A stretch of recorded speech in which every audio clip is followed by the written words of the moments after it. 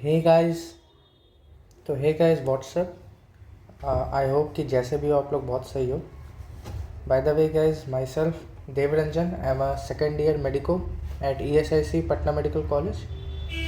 तो गाइस देखिए गाइस, मैंने आपको याद होगा वेक्टर स्टार्ट किया था जो कि नीट सेगमेंट का पार्ट था, लेकिन आप लोग के भारी डिमांड के कारण अब मैं सोच रहा हूँ कि यार MBBS सीरीज़ को ले आते हैं पहले, उसके बाद फिर हम लोग नीट का भी देखेंगे। हालांकि बीच बीच में मैं नीट के वीडियोस डालता रहूँगा।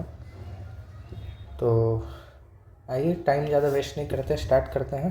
अपर लिम्ब से हम लोग स्टार्ट कर रहे हैं गाइज। हालांकि आप लोग ये सोचेंगे कि यार कायदे से तो तुम्हें जनरल एनाटॉमी पढ़ाना चाहिए ब्रो। तो देखिए गाइज, सिंपल सा बात है, जनरल एनाटॉमी ऐसा टॉपिक है जो कि आप आराम से BD चौरसिया पढ़ के या जो भी आप बुक रेफ़र कर रहे हो, मतलब वो ऐसा है कि 11th-12th ही पूरा है गाइज, सीधी बात है।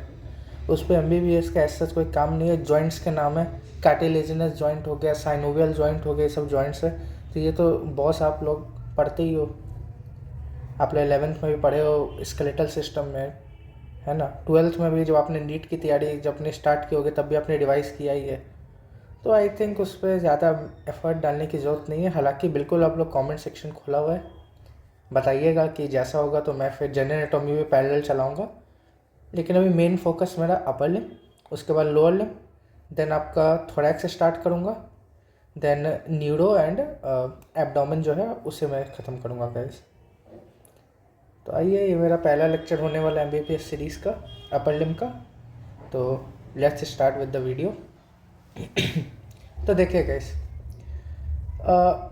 पेक्टोरल रीजन से मैं अभी स्टार्ट कर रहा हूँ, धीरे धीरे अपन आगे बढ़ेंगे। तो देखिए हमें समझना क्या है। देखिए यहाँ पे सबसे पहले तो आज हम लोग कवर क्या क्या करेंगे उस पर हम लोग चर्चा करते हैं। देखिए तो यहाँ पे लिख देते हैं कि क्या क्या हम लोग कवर करेंगे। तो सबसे पहले गाइज हम लोग देखेंगे सरफेस लैंडमार्क्स। ठीक है, मैं आपको एक एक चीज़ का मतलब समझाऊंगा गाइज। तो पहले आप देखिए कि मैं क्या क्या टॉपिक कवर करने वाला हूँ, ताकि एक टारगेट रहता है ना गाइज, तो कवर करने में तो आसानी रहता है। दूसरा चीज़ जो कि मैं कवर करने वाला हूँ गाइज वो है पेक्टोरैलिस मेजर मसल्स के बारे में भी अपन समझेंगे गाइज, है ना।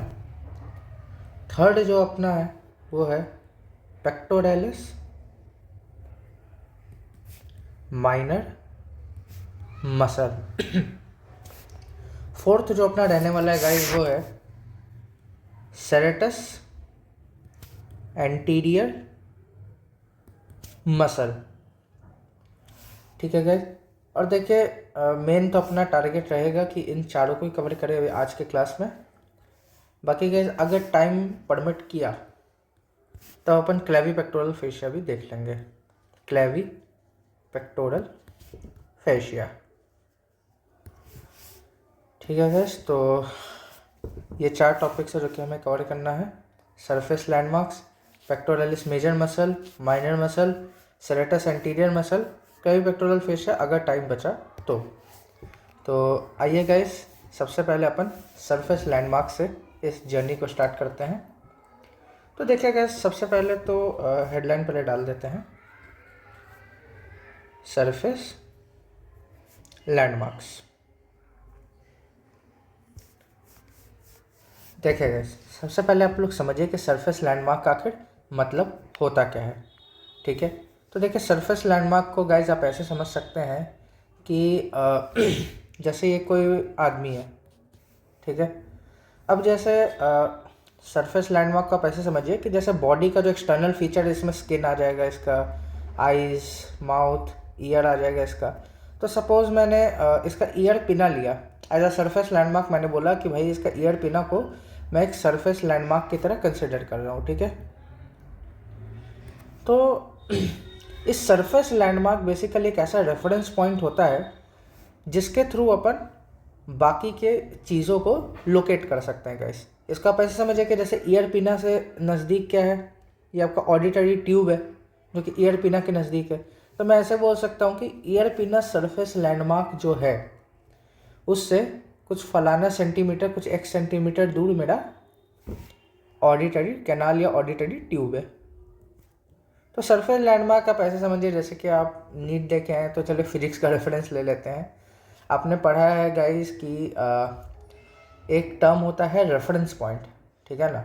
रिलेटिव मोशन में जब आप देखते हो कि रेफरेंस पॉइंट अपन लेते हैं कि इस रेफरेंस के मुताबिक वो चीज़ कहाँ पे लोकेटेड है, वो चीज़ की कितनी वेलोसिटी एक्सेलरेशन है, वो सब आपने किया होगा। तो surface landmark is nothing but, रुकिएगा इसको थोड़ा और अच्छे से लिख देते हैं। तो surface landmark is nothing but a reference landmark. Reference landmark देखिए इम्पॉर्टेंट नहीं है, लेकिन ठीक है आप लोग के अंडरस्टैंडिंग के लिए कि बाद में जब नोट्स रिवाइज करोगे तो एक आपको आइडिया होना चाहिए। Reference landmark to locate other bodily, क्या लिख सकते हैं गाइस, कोई अच्छा टर्म आप लोग दीजिए। बॉडीली लैंडमार्क से लिख दो गाइस, है ना, जिसमें आपके सिस्टम सब आ जाएंगे उसमें। बॉडीली लैंडमार्क्स, बस इतना सही है। तो ये होता है गैस सरफेस लैंडमार्क, ठीक है ना। तो देखिए यहाँ पे पेक्टोरल रीजन की अपन बात कर रहे हैं गैस, तो पेक्टोरल रीजन में भी बहुत सारे सरफेस लैंडमार्क्स होंगे जिसको छू छू के हमें पता चलेगा कि इसके रिलेटिव में ये फलाना चीज़ जिसकी मैं स्टडी करना चाहता हूँ वो कितने डिस्टेंस दूर है, वो कैसे लोकेट अपन कर सकते हैं, वो चीज़ अपन पढ़ते हैं।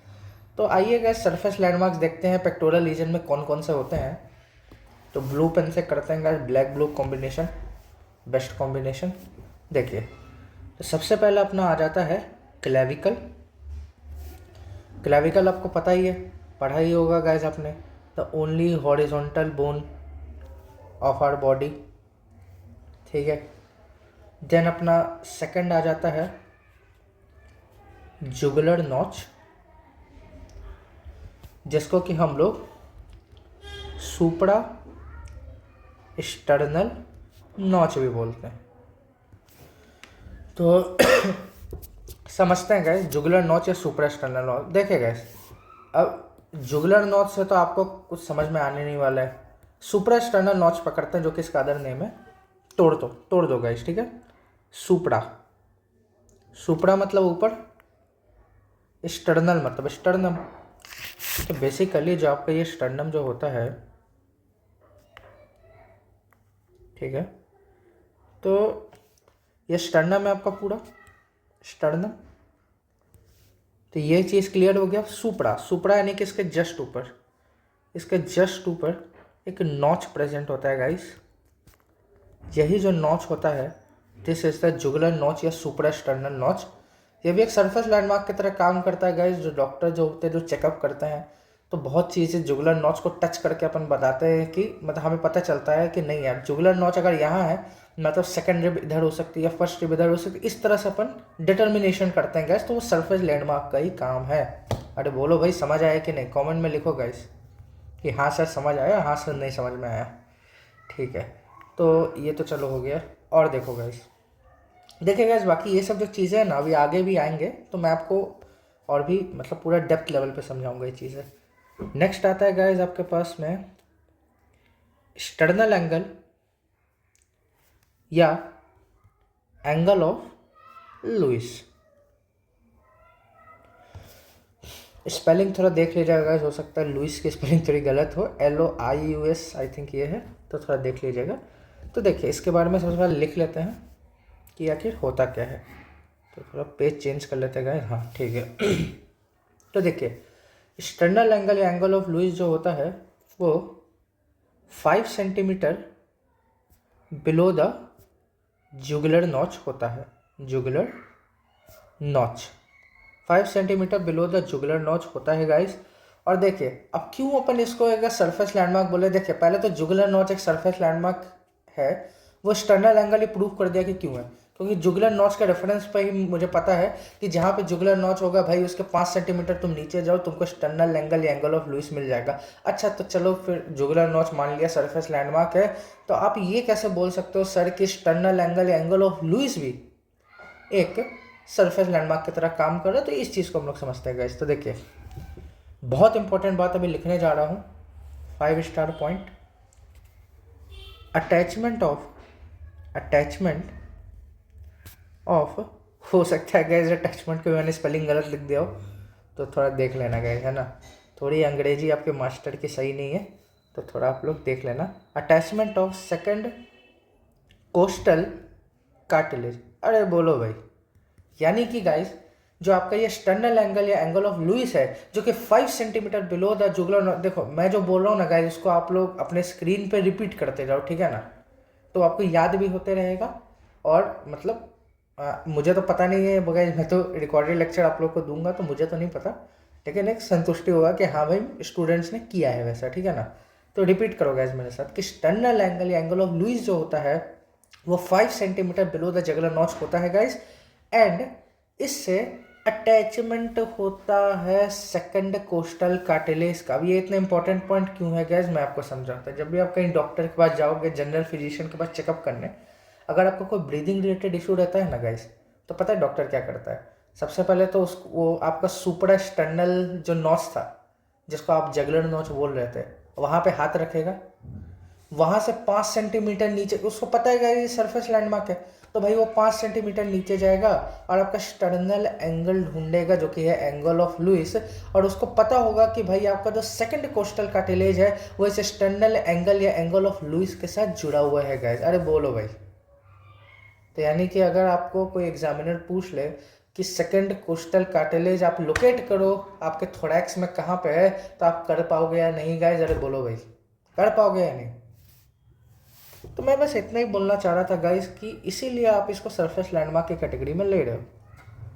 तो एक तो ये पॉइंट हो गया, तो मैं लिख भी देता हूँ गाइस है ना, तो पेन का कलर भी चेंज कर देते हैं। देखिए कुछ पॉइंट्स है इंपॉर्टेंट है, उसको समझते हैं। कि सबसे पहला तो ये जो होता है भाई, हेल्प्स इन रेब आइडेंटिफिकेशन। अरे बोलो भाई, ये पॉइंट तो अभी समझाया आप लोगों को कि सेकंड कोस्टल कार्टिलेज का अटैचमेंट अगर हो रहा है स्टर्नल एंगल या एंगल ऑफ लुइस पे, यानी कि सेकंड रिब का जो आइडेंटिफिकेशन है ना गाइस, वो आप कर लिए हो। देन सेकंड आप ये लिख सकते हो, सेकंड पॉइंट आपका क्या होना चाहिए कि हाँ, ये आप लिख सकते हो कि it helps in the determination of, it helps in the determination of vertebral level, vertebral level T4। देखिए बहुत इंपॉर्टेंट पॉइंट है गाइस। देखिए सेकंड रिब का आइडेंटिफिकेशन के लिए आप एक्सटर्नल एंगल को यूज़ करते हो कि नहीं?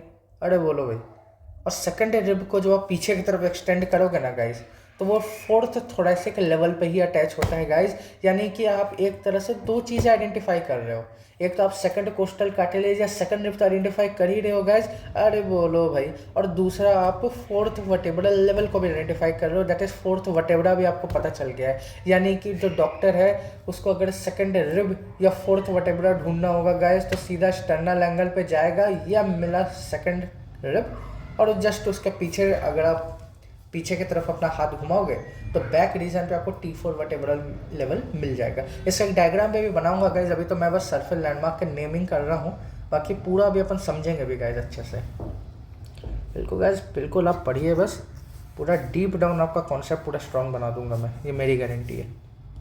चलिए, तो ये एक सरफेस लैंडमार्क हो गया अपना पूरा। अब अपन देखते हैं गाइज नेक्स्ट सरफेस लैंडमार्क जो कि है एपिगैस्ट्रिक फोसा। देखिए एपिगैस्ट्रिक फोसा के बारे में ज़्यादा तो देखिए इंपॉर्टेंट लैंडमार्क है नहीं, तभी आप बस इतना याद रखें, जो एक पॉइंट मैं लिख रहा हूँ कि it lies below the xiphoid process.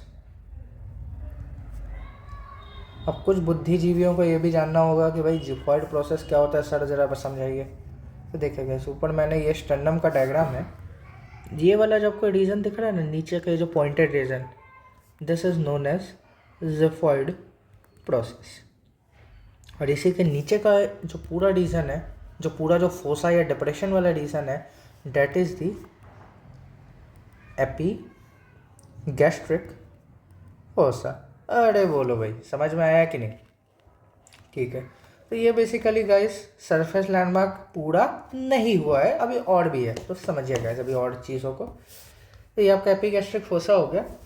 Next जो सरफेस लैंडमार्क है वो है निपल। निपल भी एक बहुत इंपॉर्टेंट सरफेस लैंडमार्क है, और ये ऑब्वियस भी है गाइस, क्योंकि निपल के लोकेशन से हमें बहुत चीज़ों का अंदाज़ा पड़ जाता है। इसको आप कुछ ऐसे समझिए, खुद निपल के लोकेशन से आपको पता चल जाएगा कि अगर आपको पता है कि निपल इस पर्टिकुलर बंदा या बंदी का इधर है, यानी कि इससे कि आपको बहुत सारे इंटरकोस्टल स्पेसेस का पता चल जाएगा। इवन आपको कौन से रिप्स से आपको इतना बड़ी डिटेल पता चल जाएगा। अरे वो तो छोड़ो गाइज, अगर आपको किसी तरह के ब्रीदिंग इशू है ना, और अगर आप निपल के रीजन से लोकेट कर रहे हो ना, तो आपको ज़्यादा इजीली पड़ता है, ज़्यादा आसानी पड़ता है, रैदर देन कि आप एंगल ऑफ लुईस ढूंढो, उसके बाद आप स्टर्नल एंगल पे जाओ। तो उतने मथा पच्ची से अच्छा है कि आप निपल रीजन से आइडेंटिफाई कर सकते हो। तो समझते हैं गाइज, है ना। Sorry guys. तो देखिए निपल जो होता है ना, इसके बारे में कुछ पॉइंट्स लिख देते हैं। सबसे पहले तो निपल जो होता है वो 4th इंटरकोस्टल स्पेस में लोकेटेड होता है। अभी लोकेशन के पॉइंट्स में लिख रहा हूँ गाइस, ठीक है ना। Medial to the midclavicular line होता है guys, 10 centimetre from mid external line होता है गाइस। अरे बोलो भाई, तो चलिए अब लगता है डायग्राम बनाने का टाइम आ ही गया है, तो बना ही लेते हैं गाइस, है ना। आलस काय करना है, पढ़ा रहे तो एकदम भाई डीप लेवल पे पढ़ाओ, वरना रहने दो, कोई फ़ायदा नहीं है फिर ऐसे पढ़ाई करने का। तो देखिए, हालांकि रिकॉर्डेड लेक्चर है, तो मैं ऐसे भी कर सकता था कि डायग्राम में पहले से ही बना के आता और बस आपको पढ़ा देता, लेकिन उसमें फील नहीं आता है ना गाइस। आप लोगों को तो पता होना चाहिए कि भाई आपके मास्टर साहब ने मेहनत करके ये डायग्राम्स बना रहे हैं, ठीक है ना। तो ये हो गया। एग्ज़ाम में बिल्कुल आपको ऐसे डायग्राम्स बनाने हैं गाइस, ज़्यादा आपको उस तरह का तो डायग्राम बनाना नहीं है पिकासो लेवल का, है ना गाइस। लेकिन इतना बना देना है कि गाइस मतलब टीचर समझ जाए कि मतलब ये बच्चा कहना क्या चाह रहा है, कन्वे क्या करना चाह रहा है, ठीक है ना। तो ये देखिए,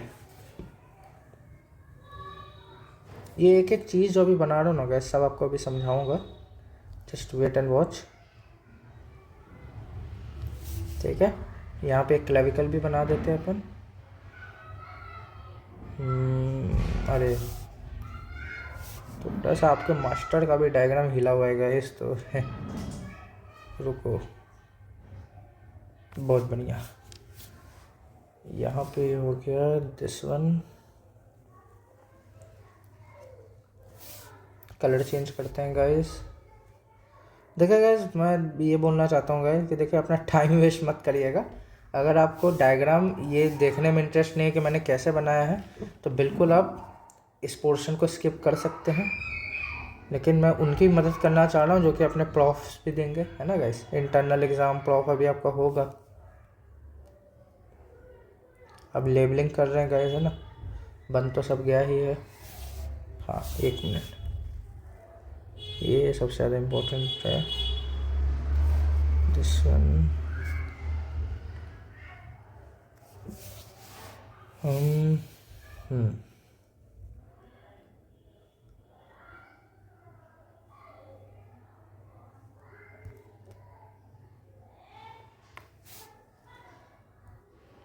ठीक है गाइस, तो ये आपका मिड क्लेविक्युलर लाइन होगा। एक काम करते गाइस, लेवलिंग से पहले आपको समझाते भी जाते हैं। देखिए यहाँ पे क्या लिखा गया है कि निपल का लोकेशन होता है medial to the mid clavicular line. मैंने आपको कहा है कि कभी भी इस तरह के टर्म्स आपको हमेशा तोड़ के देखना है। मिड क्लेविकुलर यानी कि ये देखिए आपका क्लेविकल बोन है गाइस, क्लेविकल इसके बीच में, that is middle, this one is the mid clavicular line, mid clavicular line ये हो गया। अच्छा गाइस, अब उसी तरह से आप स्टर्नम को ले लीजिए, ये आपका स्टर्नम है guys. So this one is the parasternal line. देखो पैरा का मतलब होता है गाइस लेटरल, एनाटॉमी की भाषा पे, तो पैरास्टर्नल लाइन ये हो जाएगा। अरे बोलो भाई, ये पैरास्टर्नल लाइन हो गया। And this is the middle sternal line, middle sternal line, ठीक है। फिर उसके बाद मैंने आपको समझाया भी था गाइस कि एंगल ऑफ लुईस जो होता है, एंगल ऑफ लुईस जो होता है उससे सेकंड कोस्टल कार्टिलेज अटैच होता है गाइस। अगर ये सेकंड है तो नीचे वाला थर्ड, फोर्थ, फिफ्थ, ठीक है गाइस। तो ये हो गया। देन आप यहाँ पे देख सकते हैं कि अगर ये सेकंड कोस्टल कार्टिलेज है तो ये सेकंड, एक मिनट कलर चेंज कर लेते हैं गाइस, है ना। देन सेकंड इंटरकोस्टल स्पेस होगा, थर्ड इंटरकोस्टल स्पेस होगा और फोर्थ इंटरकोस्टल स्पेस होगा। तो ये भी हमें समझना इम्पोर्टेंट है guys. Then infra clavicular fossa का क्या मतलब है? इंफ्रा यानी कि नीचे, क्लेविकल के जस्ट नीचे जो डिप्रेशन या फोसा मौजूद होता है ना guys, that is the infra clavicular fossa, जिस पे कि स्कैपुला का कोरिकॉइड प्रोसेस मौजूद होता है गाइस। ये कोरिकॉइड प्रोसेस जो आप स्कैपुला, जब आप बोन्स देखे भाई, आप लोग जैसे कमेंट सेक्शन में बता दीजिएगा तो मैं बोन्स भी पढ़ा दूंगा, मुझे कोई दिक्कत नहीं है। लेकिन BDC में बहुत अच्छे से दे रखा है, तो मैं तो चाहूँगा वो आपको समझ में भी आ जाएगा गाइस। लाइन बाय लाइन आप पढ़िए, है ना, जैसे आप NCERT पढ़ते थे अपने 11th-12th में नीट के लिए। तो आप देखिएगा कि स्कैपुला का कोरिकॉइड प्रोसेस होता है गाइस, ठीक है। तो ये जो कोरिकॉइड प्रोसेस स्कैपुला का होता है वो इंफ्रा क्लेविकुलर फोसा के अंदर मौजूद होता है, ठीक है। देन ये आपको निपल रीजन का आप लोकेशन देख सकते हैं गाइस, क्या लिखा है कि फोर्थ इंटरकोस्टल स्पेस पे मौजूद है ये nipple, medial to the mid clavicular line. ये मिड क्लेविकुलर लाइन है, यहाँ से अगर आप जाओगे इधर सेंटर ऑफ बॉडी में तो मीडियल होगा, बाहर की तरफ जाओगे गाइस तो लैटरल होगा। अरे बोलो भाई, ठीक है। तो इतना हो गया।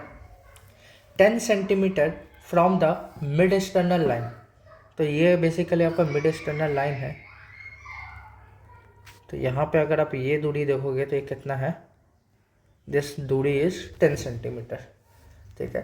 तो निपल के बारे में देखिए, ऐसे तो शॉर्ट नोट्स भी आ जाता है निपल, तो इतना पॉइंट अगर आप लिख देंगे ना आपको गजब के मार्क्स मिल जाएंगे गाइस। और वैसे भी निपल एक सरफेस लैंडमार्क है, वाइवा में भी आपसे पूछ सकते हैं क्वेश्चन, तो इतना बेसिक आपको पता होना चाहिए गाइस।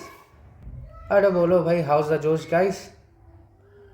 देखिए मैं चाहता हूँ आप लोग इंटरेस्ट लेके पढ़िए, ऐसे नहीं कि मैं कथा सुना रहा हूँ और आप लोग बस कथा, वो जो सुनने वाले नहीं होते, जैसे मैं कथावाचक हूँ, आप लोग बस कथा सुन रहे हैं गाइस कि अरे राम राम राम राम राम, ऐसे नहीं करना है गाइस, ठीक है ना भाई। मस्ती में पढ़ो गाइस, है ना, तभी समझ में आएगा। MBBS बहुत वास्ट है। अगर अपर लिप में अगर आपका हालत ख़राब होने लग जाएगा तो अभी तो न्यूरो भी है बाद में, उसमें तो गाइस फिर टाई फिश हो जाएगा। तो चलिए स्टार्ट फिर अगले सरफेस लैंडमार्क से करते हैं, जो कि है infra clavicular fossa. Infra clavicular fossa देखिए गाइस, यहाँ पे भी आप देख सकते हैं इंफ्रा क्लेविकुलर फोसा मैंने लिख रखा है और समझा भी दिया गया, तो इस पर टाइम अब वेस्ट नहीं करेंगे। अगला है गाइस कोरिकॉइड प्रोसेस, अगेन समझा रखा हूँ गाइस।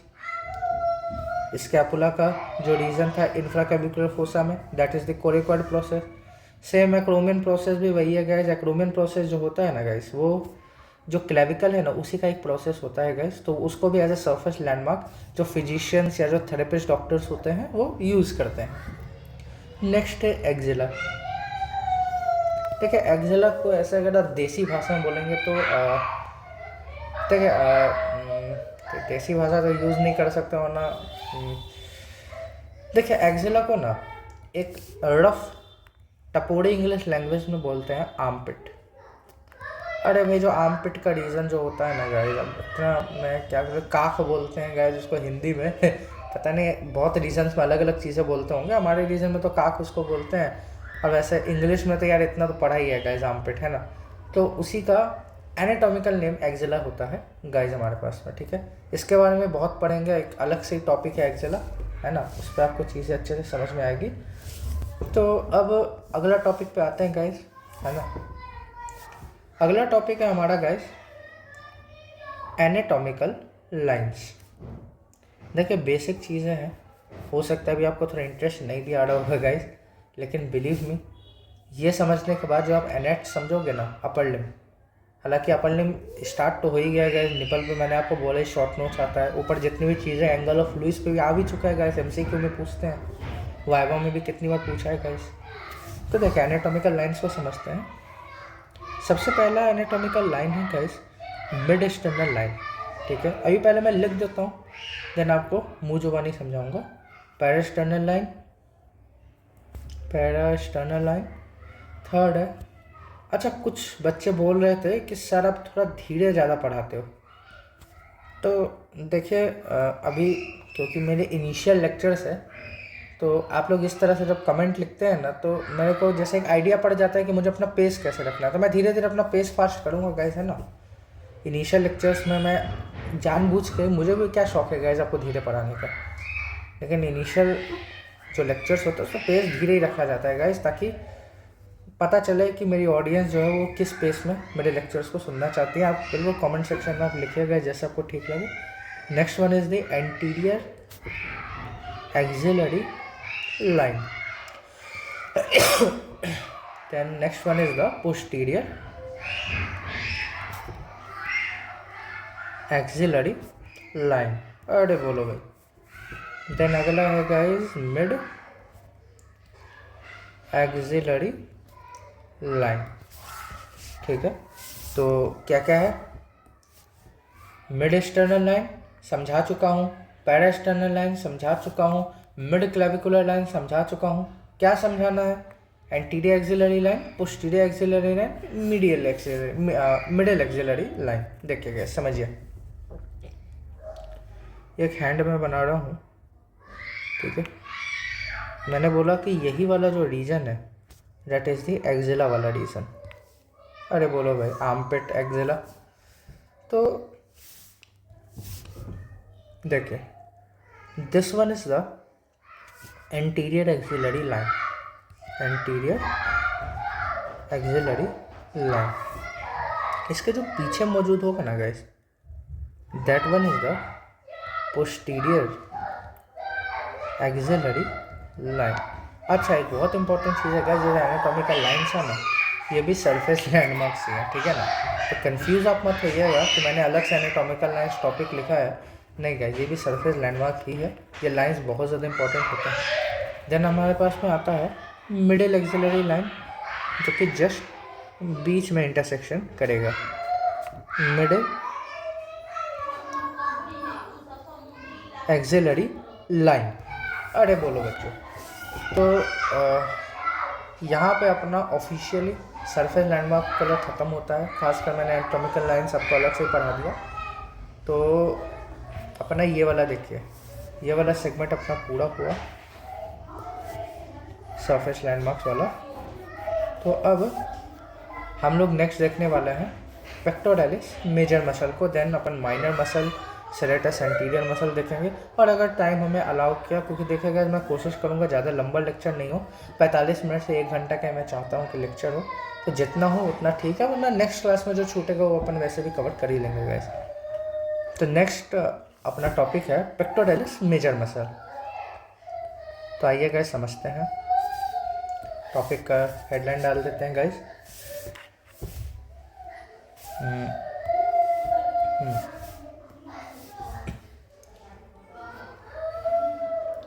पेक्टोरलिस मेजर मसल, ठीक है।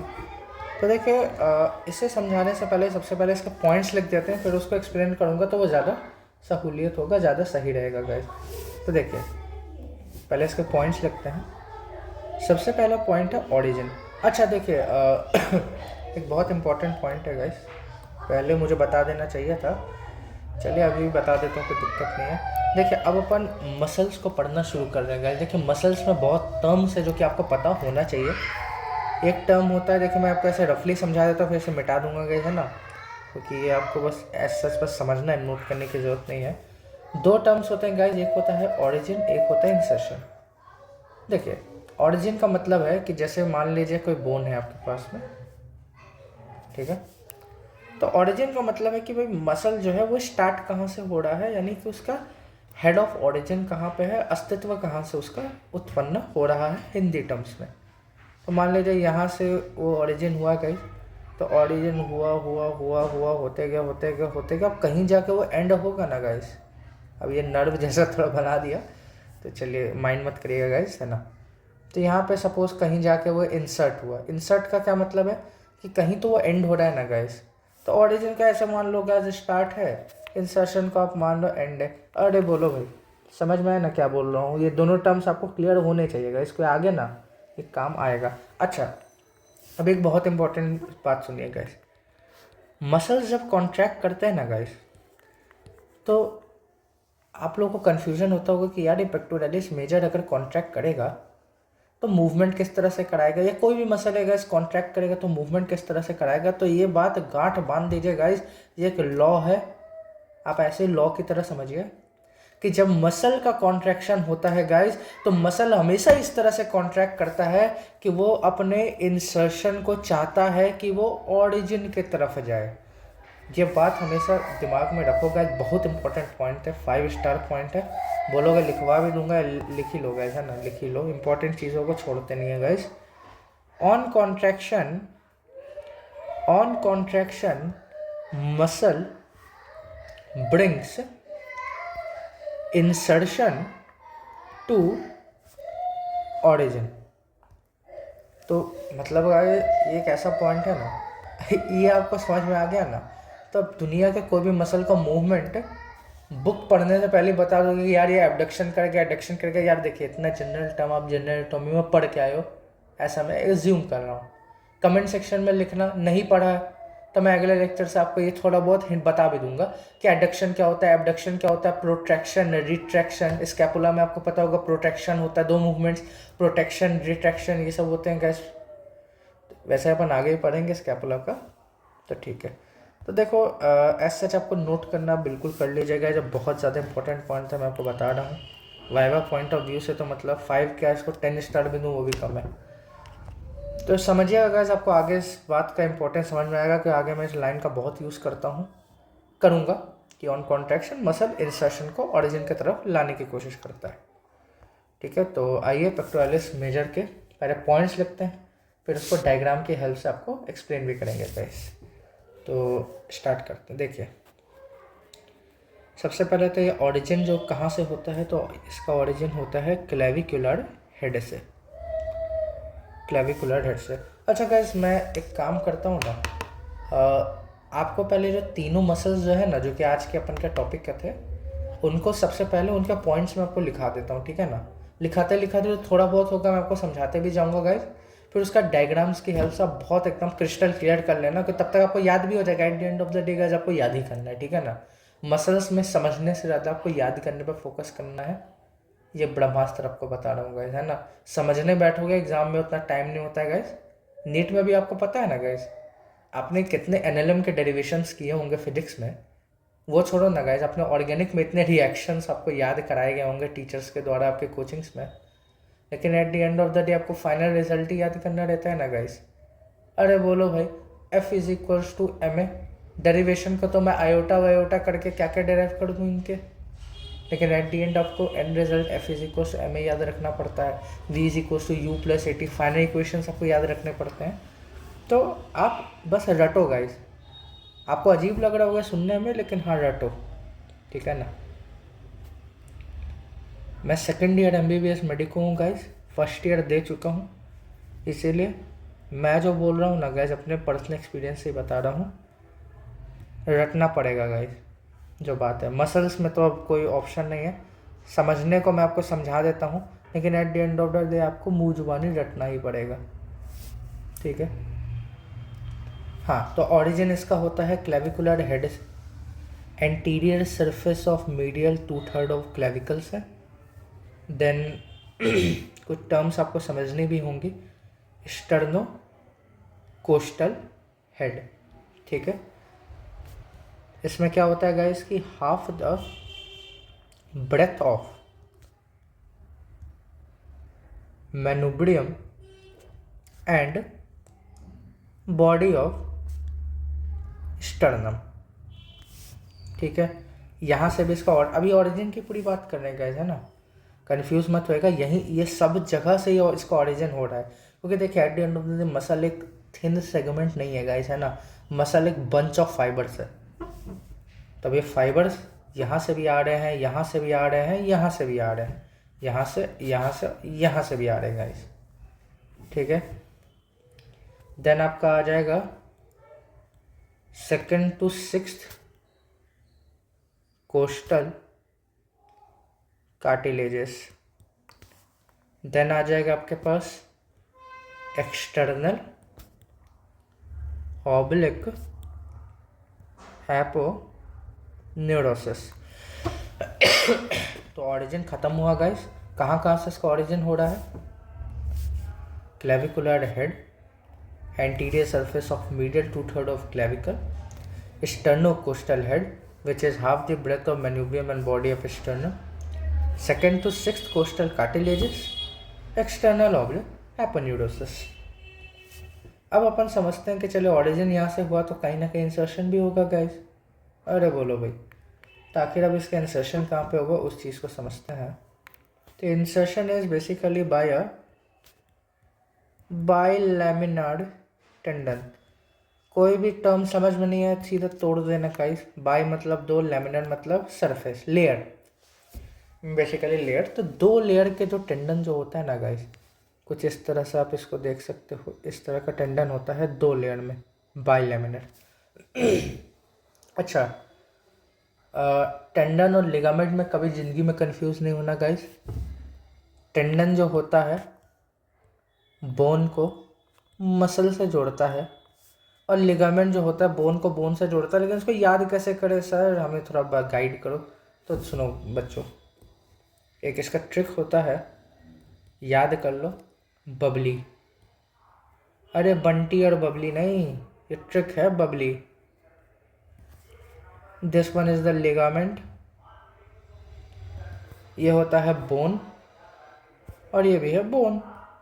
अरे मतलब लिगामेंट जो होता है ना, लिगामेंट, एक मिनट गाइस, लिगामेंट जो होता है वो बोन को बोन से जोड़ता है। बबली ट्रिक से याद रख लो, कभी भी आपको ज़िंदगी में कन्फ्यूजन नहीं होगा टेंडन और लिगामेंट्स में। तो इंसर्शन आप समझ गए ना गाइस, बाइलैमिनर टेंडन से बोन से मसल का जुड़ाव होता है, ये चीज़ है इंसर्शन। अच्छा, तो मैं देखिए, मेरा ये अभी हुसूल है पढ़ाने का कि मैं आपको वो तीनों मसल्स अभी लिखवा देता हूँ। जितना आपको समझ में आ रहा है अभी समझा दूंगा, और जो आपको नहीं समझ में आया तो मैं डायग्राम्स के थ्रू आपको समझा दूंगा। उसके बाद भी जो नहीं समझ में आया, कमेंट सेक्शन खुला है गाइस, बिल्कुल आप उस पर चैट करिए, मैं बिल्कुल आपको जवाब दूंगा। अच्छा, अब नेक्स्ट अपना क्या आएगा? नेक्स्ट अपना आएगा गाइस इस मसल का नर्व सप्लाई। पेक्टोरलिस मेजर का नर्व सप्लाई अपन देखने ही जा रहे हैं गाइस। तो नर्व सप्लाई इसका होता है through medial and lateral pectoral nerves. ठीक है, रट लो गाइस, एक ही सजेशन दूंगा, रट लो, ठीक है ना। दिमाग देखो, दिमाग कम लगाओ। ऑब्वियस सी बात है, पेक्टोरलिस मेजर मसल है, पेक्टोरल रीजन का मसल है, तो नर्व भी पेक्टोरल नर्व्स ही होंगे ना गाइस। थोड़ा बहुत रिलेट करो, लेकिन मैं ये बोलूँगा रटो गाइस, है ना, रटो। एक्शन की भी बात कर लेते हैं गाइस, है ना। देखिए, एक्शन में थोड़े इंपॉर्टेंट पॉइंट्स है गाइस जिसको आपको समझना होगा कि ये एज अ होल एक्ट करता है guys, acting as a hole, acting as a hole guys act ये करता है। तो इसमें बेसिकली आपके कुछ पॉइंट्स भी आएंगे, आपको समझना है। Adduction and medial rotation of shoulder joint, adduction and medial rotation of shoulder joint pectoralis major कराता है। अच्छा, फिर अपन ने बोला था ना ऑरिजिन में एक था क्लेविकुलर पार्ट। तो क्लेविकुलर पार्ट वाला जो रीजन है उसके ऑरिजिन का, वो क्या कराएगा? Flexion of arm. अरे भाई, इतना तो बेसिक समझ में आता है ना guys. Flexion, extension, adduction, abduction, circumduction, या जनरल एनाटॉमी यार पढ़िए गाइस, है ना, पढ़िए, ठीक है। आप जैसा बोलोगे मैम, मुझे भी कोई दिक्कत नहीं है गाइस, पढ़ा दूंगा। लेकिन क्योंकि मैंने चैनल थोड़ा सा लेट स्टार्ट कर रहा हूँ गाइस, तो मुझे मेरा ये मानना है कि बहुत सारे कॉलेजेस में अपर लिम्ब स्टार्ट होने ही वाला है। अभी आप, मुझे इतना पता है ना गाइस, मेरी बहुत बच्चों से बात होती है, सबका यही बोलना है कि सर ऐसा है कि जनरल एनाटॉमी का बस अभी आखिरी का पोर्शन चला है, जॉइंट अभी ख़त्म हो गया है उनका, इतना मुझे अभी तक पता चला है, और अपर लिम्ब उनका स्टार्ट होने वाला है। तो मैं ये नहीं चाहता हूँ गाइस कि आप लोगों का अपर लिम्ब जो है पूरा शुरू से ही आपका इतना स्ट्रेंथ रहे ना कि क्लास में आपको मज़ा आएगा। कॉलेजेस के क्लास तो आपको पता ही है, स्लाइड खोल देते हैं टीचर्स और एकदम आपको फिर मज़ा आता है लास्ट वाला स्लाइड देखने में, थैंक यू स्लाइड, कि थैंक यू मैम। तो चलेगा, जोक था। तो आते हैं, देखिए क्लेविकुलर पार्ट से फ्लेक्शन ऑफ आर्म होता है। देन अपन ने एक बात किया था guys, that is the sternocostal part.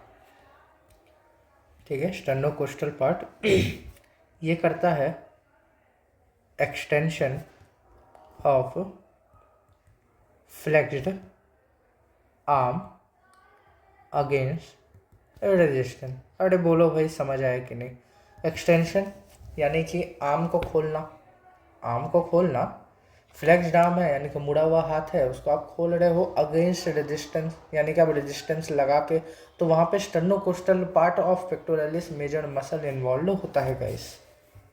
ठीक है, तो इतने ही पॉइंट्स से पेक्टोरलिस मेजर मसल के अब जल्दी से माइनर स्टार्ट कर देते हैं। देखिए गाइस, टाइम थोड़ा कम है, हो सकता हूँ डायग्राम से आज आपको नहीं समझा पाऊँ, अगले क्लास से समझा पाऊँ, लेकिन देखिए 70 to 80% कॉन्टेंट जो मैं लिखा रहा हूँ और लिखाते लिखाते तो समझा रहा हूँ ना गाइस, वही है।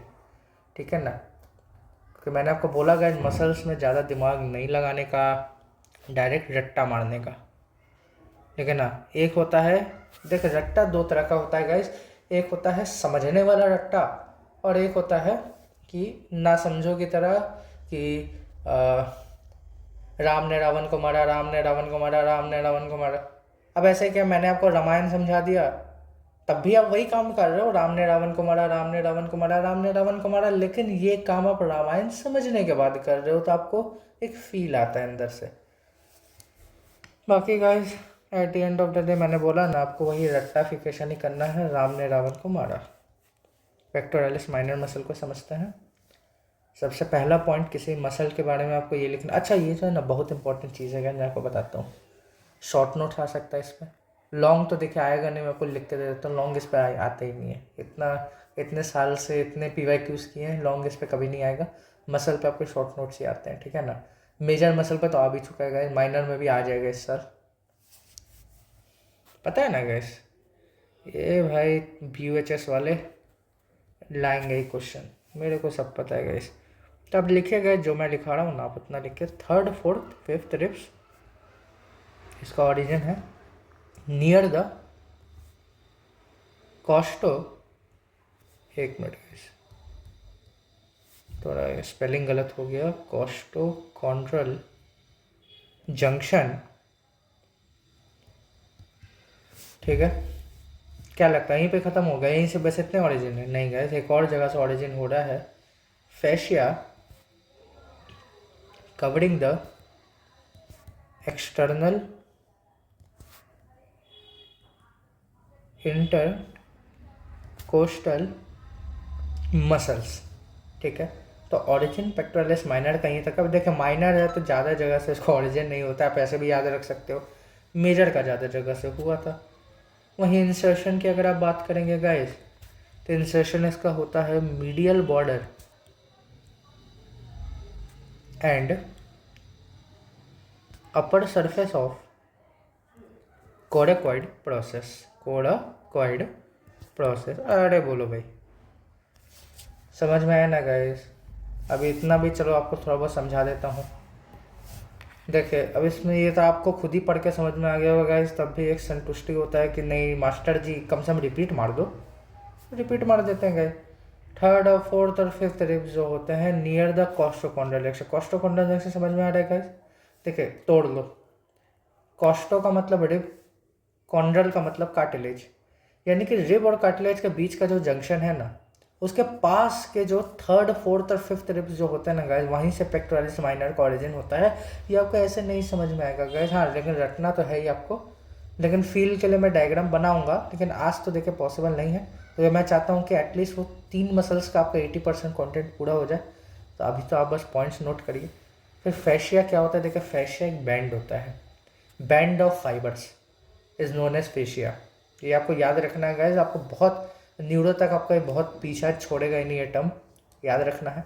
जो कि कवर करते हैं एक्सटर्नल इंटरकोस्टल मसल्स। अरे इंटरकोस्टल मसल्स को भी तोड़ दो गाइस, समझ में नहीं आ रहा है। तो इंटर मतलब बीच में, कोस्टल मतलब रिब्स, यानी कि रिब्स के बीच का जो स्पेस होता है ना, उस पे जो मसल्स मौजूद होते हैं दैट उस पे जो एक्सटर्नली मसल्स जो मौजूद होते हैं वो होते हैं एक्सटर्नल इंटरकोस्टल मसल्स। अरे भाई बोलो भाई, आपने रेस्पिरेशन में 12th या नहीं 11th में आपने ब्रीदिंग एंड रेस्पिरेशन वाले चैप्टर में पढ़ा होगा गाइस कि external intercostal muscles aids in breathing, internal intercostal muscles aids in the forceful breathing.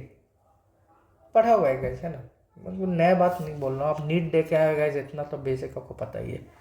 नहीं पता है तो गाइस फिर आपने नीट नहीं दिया है, आपको 2 नंबरी से आए हो गए। जोक था गाइस। आइए फिर नर्व सप्लाई भी देख ही लेते हैं गाइस इसी बहाने। नर्व सप्लाई है आपका मीडियल एंड लैटरल। अरे भाई पेक्टोरलिस मसल है तो नर्व क्या होगा, पेक्टोरल नर्व होगा ना भाई। इतना सिंपल है गाइस, मजाक बना दियो आप लोग। एक्शन भी लगे, देख ही लेते हैं गाइस, लगे हाथ तो। हाँ ये मैं अभी आपको समझाऊंगा गाइस।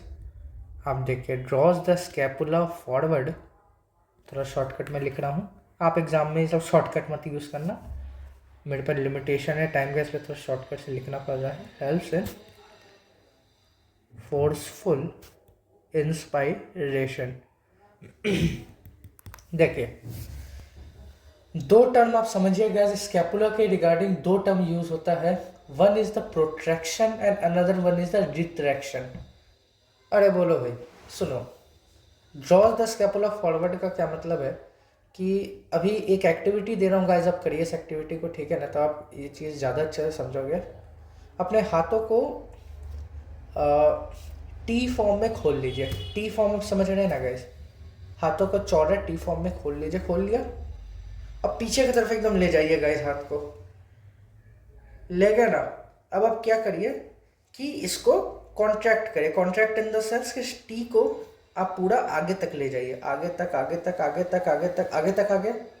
अब आप गाइस नोट करिए अपने स्कैपुला को, आपका स्कैपुला फॉरवर्ड यानी कि आउटवर्ड फेस कर रहा है गाइस।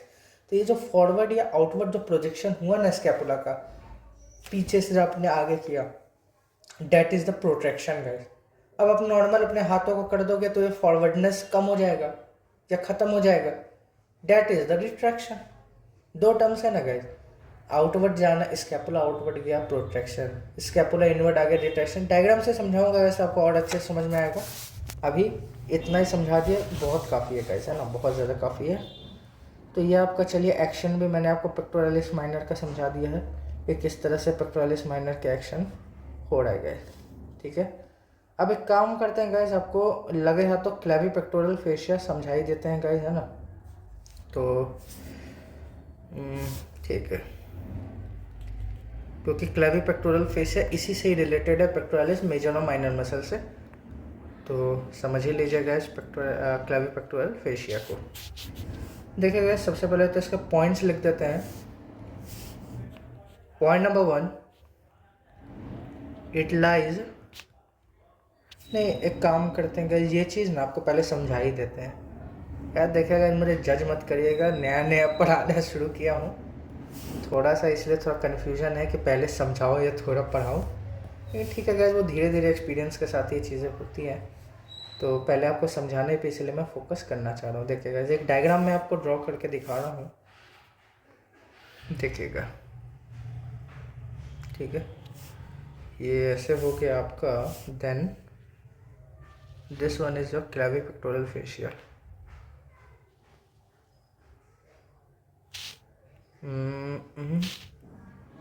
ठीक है, ये जो है आपका एक्जिला है बच्चों, this one is your clavicle. अरे यार कलर बदल देते हैं, ऐसे कंफ्यूजन हो जाएगा आपको फालतू में।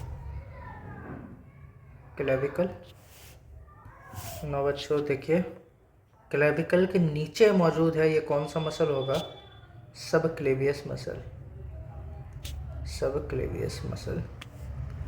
देन क्लेवी पेक्टोरल फेशिया के 2 लेमिना है बच्चों। अपन ने पहले ही बोला था कि बाई लेमिना टेंडन होता है। This one is the anterior lamina and this one is the posterior lamina. अरे बोलो बच्चों, देन आपके पास में ये एक मसल है, this one is the pectoralis minor muscle, that's why pectoralis minor के जस्ट बाद मैं आपको क्लेविपेक्टोरल फेशिया समझा रहा हूँ। ठीक है गाइस, तो इतना ही है।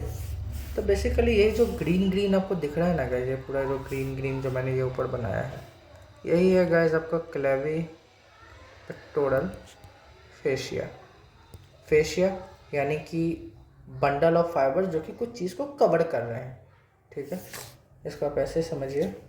बाकी अब इसके पॉइंट्स लिखूंगा ना गाइस तो आपको और अच्छे से समझ में आएगा। ये डायग्राम हमेशा दिमाग में रखो और इस डायग्राम के करस्पॉन्डिंग का पॉइंट्स को रिलेट करो, जो कि मैं क्लेविपेक्टोरल फेशिया के लिख रहा हूँ।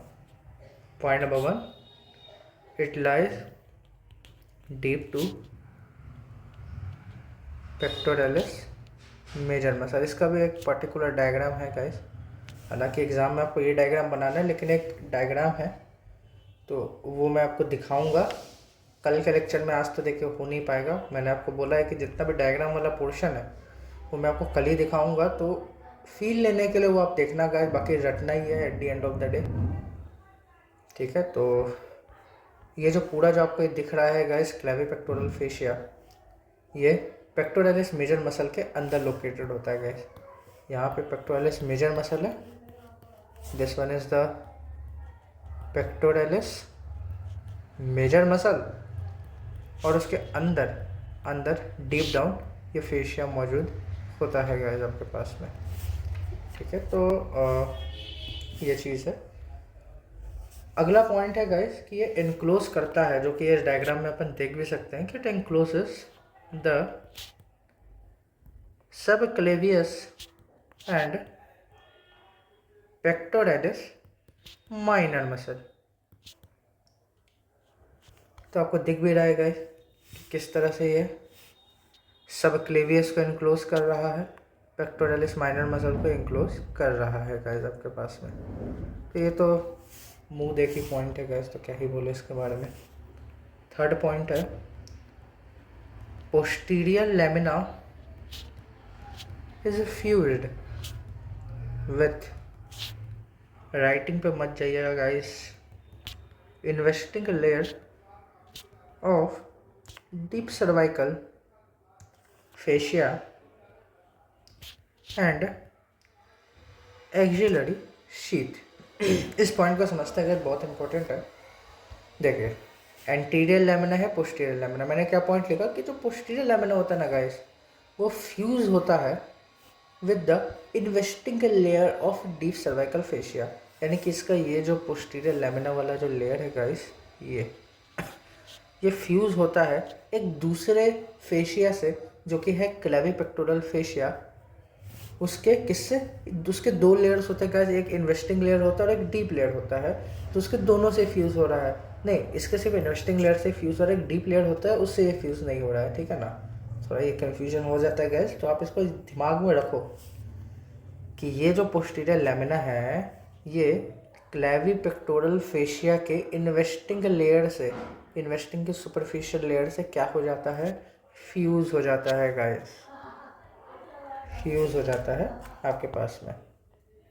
ठीक है, एंड यही नहीं, एक एक्सिलरी शीथ होता है गाइस, जो कि आपका जो एक्सिलर रीजन था, जो कि आपका एक्सिलर रीजन था, उस पर जो शीथ मौजूद था उसके साथ भी ये फ्यूज़ हो रहा है गाइस, और साथ ही में ये आपका investing layer of deep cervical fascia के साथ भी फ्यूज़ हो रहा है।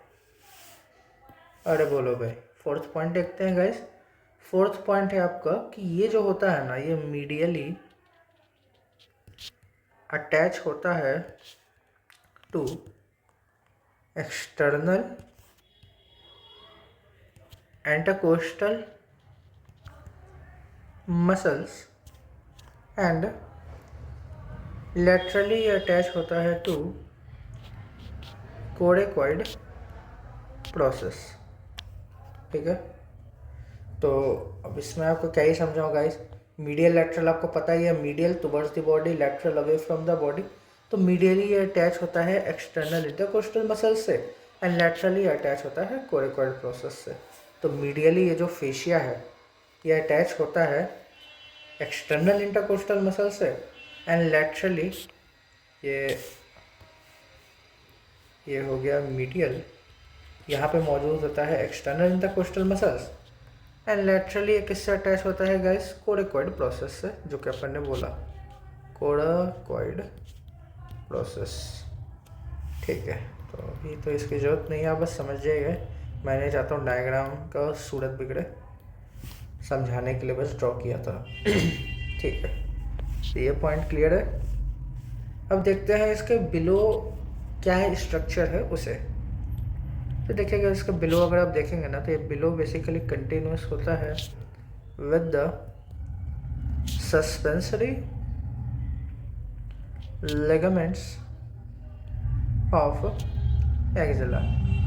देखिए इसको समझना है ना, मैं आपको चलिए लेके चलता 12th में।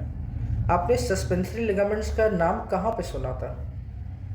चलिए आपको 5 सेकंड देता हूँ गाइज, आप लोग सोच के मुझे, जब आप कमेंट सेक्शन में लिखते हैं ना, या ऐसे ही मुँह जवानी बोल दो। 1 2 3 4 5। देखिए गाइज, अगर आपको ब्रेस्ट का डायग्राम याद होगा तो वहाँ पे आपने पढ़ा होगा कूपर्स लिगामेंट, सस्पेंसरी लिगामेंट, तो आपने वहाँ पे सुन रखा है। तो इसीलिए अब आपको ज़्यादा दिक्कत नहीं आएगा। देखिए सस्पेंशन का क्या मतलब होता है फिजिक्स के टर्म्स में। देखो सस्पेंशन या शॉकर एक स्प्रिंग की तरह से होता है, यानी कि स्प्रिंग लाइक लिगामेंट होता है एक्सिला में। अरे भाई, इसको समझाने के लिए सबसे बढ़िया पॉइंट है, आप देखते होगे गाइस कि कहीं भी अगर आप कोई जंपिंग जैक वाला एक्सरसाइज कर रहे हो, यार अब जो जिम नहीं जाता हूँ उनको कैसे समझाऊँ। देखिए जब आप फोर्सफुली अपने एक्सिला को ओपन करते हो ना गाइस, तो यहाँ पे आप देखते होगे कि आपका जो एक्सिला का जो मसल वाला रीजन है वो झूलने लगता है गाइस। अगर तो वो बेसिकली सस्पेंसिव लिगामेंट के कारण नहीं पॉसिबल है गाइस। अगर ये नहीं हुआ ना, तो जब आप फोर्सफुली अपने हाथ को खोलोगे तो आपका एक्सिला टूट के गिर जाएगा नीचे, है ना। तो भगवान ने एक बहुत ही गजब की रचना की है हमारे अंदर सस्पेंसिव लिगामेंट्स को देख के। वही ब्रेस्ट रीजन में भी आप देख लीजिए गाइस कि ब्रेस्ट रीजन को स्टेबिलिटी कौन प्रोवाइड कर रहा है? सस्पेंसिव लिगामेंट, कूपर लिगामेंट जो थे वो प्रोवाइड कर रहे थे, क्योंकि at the end of the day अगर ये नहीं हुए तो ब्रेस्ट डिसलोकेट हो सकता है। तो ये पॉइंट इंपॉर्टेंट है कि बिलो ये कंटिन्यूस हो जाता है guys with the suspensive ligaments of axilla. Last point समझते हैं गाइस, बहुत इंपॉर्टेंट है लास्ट पॉइंट। लास्ट पॉइंट है स्ट्रक्चर पियर्सिंग बाइट। स्ट्रक्चर जो कि पियर्स कर रहा है, कौन कौन से स्ट्रक्चर से? अब मैं ये बोलूँगा गाइस, दिमाग मत लगाओ, जितना बोलो और रट लो। सेफेलिक वेन, थोड़ेको, एक्रोमियल आर्टरी, एक आर्टरी हो गया, एक वेन हो गया। अब नर्व देखते हैं, नर्व कौन सा है? Lateral pectoral nerve for sure, क्योंकि अपन पेक्टोरल रीजन की बात कर रहे हैं। अब आर्टरी हो गया, रुको, आर्टरी हो गया, वेन हो गया, नर्व हो गया, बचा क्या? लिम्फ। तो लिम्फ में आप डायरेक्ट लिख सकते हो भाई कि लिम्फेटिक्स फ्रॉम ब्रेस्ट। तो देखिए याद आप ऐसे करो कि देखिए स्ट्रक्चर 4 पेयर्स करेगा, एक आर्टरी, एक वेन, एक नर्व और एक लिम्फेटिक्स। अब याद कैसे करोगे गाइस? तो थोड़ा सा आपको लिख लिख के प्रैक्टिस करना पड़ेगा। देखिए मैं आपको न्यूमोनिक सजेस्ट कर सकता था गाइस इस चीज़ में, लेकिन दिक्कत ये है ना कि एक न्यूमोनिक को याद करने के लिए भी आपको 10 न्यूमोनिक बनाने पड़ जाएंगे बाद में। तो मैं तो बोलूँगा गाइस कि प्रैक्टिस करो, आपको याद हो जाएगा। देखिए सिफेलिक्स ब्रेन से रिलेटेड होता है ना। सेफ मतलब ब्रेन रीजन, तो सिफिलिक वेन जो ब्रेन के थ्रू जो आ रहा है आपके थोरैसिक रीजन में, दैट इज द सिफिलिक वेन। अब ऑब्वियस सी बात है, अब थोरैक्स रीजन की बात करो, एक्रोमियल प्रोसेस की बात करो, तो थोरैको एक्रोमियल आर्टरी तो आएगा ही। फिर नर्व, एक मुझे नर्व का नाम चाहिए, तो भाई पेक्टोरल रीजन में तो एक ही नर्व है जैसे मैं रिलेट कर सकता हूँ, that is the lateral pectoral nerve. Medial pectoral nerve की उतनी बातें होती नहीं है, तो ज़्यादातर आप लैटरल पेक्टोरल नर्व ही आंसर जाता है, ऐसे याद कर लो।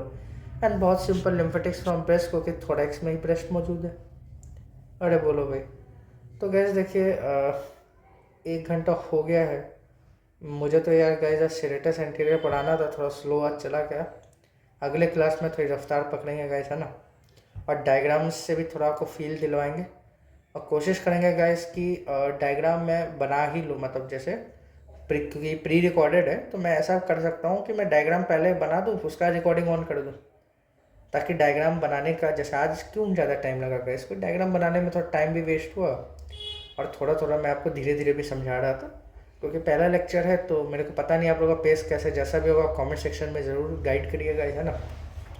मास्टर को बताइए कि आपके मास्टर साहब को कैसा पेस कैसा होना चाहिए गाइस, है ना। तो आज आपने देखे मेन आपका मैंने आपका क्या क्या कवर करा दिया। सरफेस लैंडमार्क्स आपका पूरा हो गया।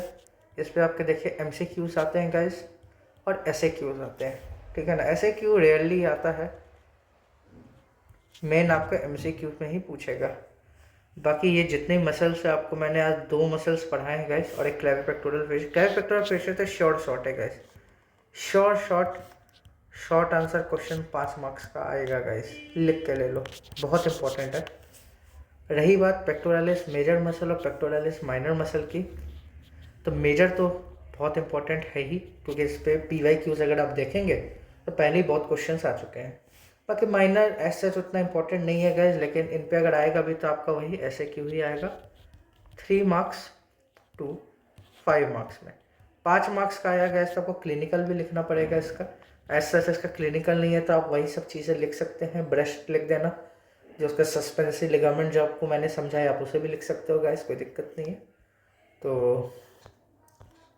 तो ठीक है गाइस, है ना।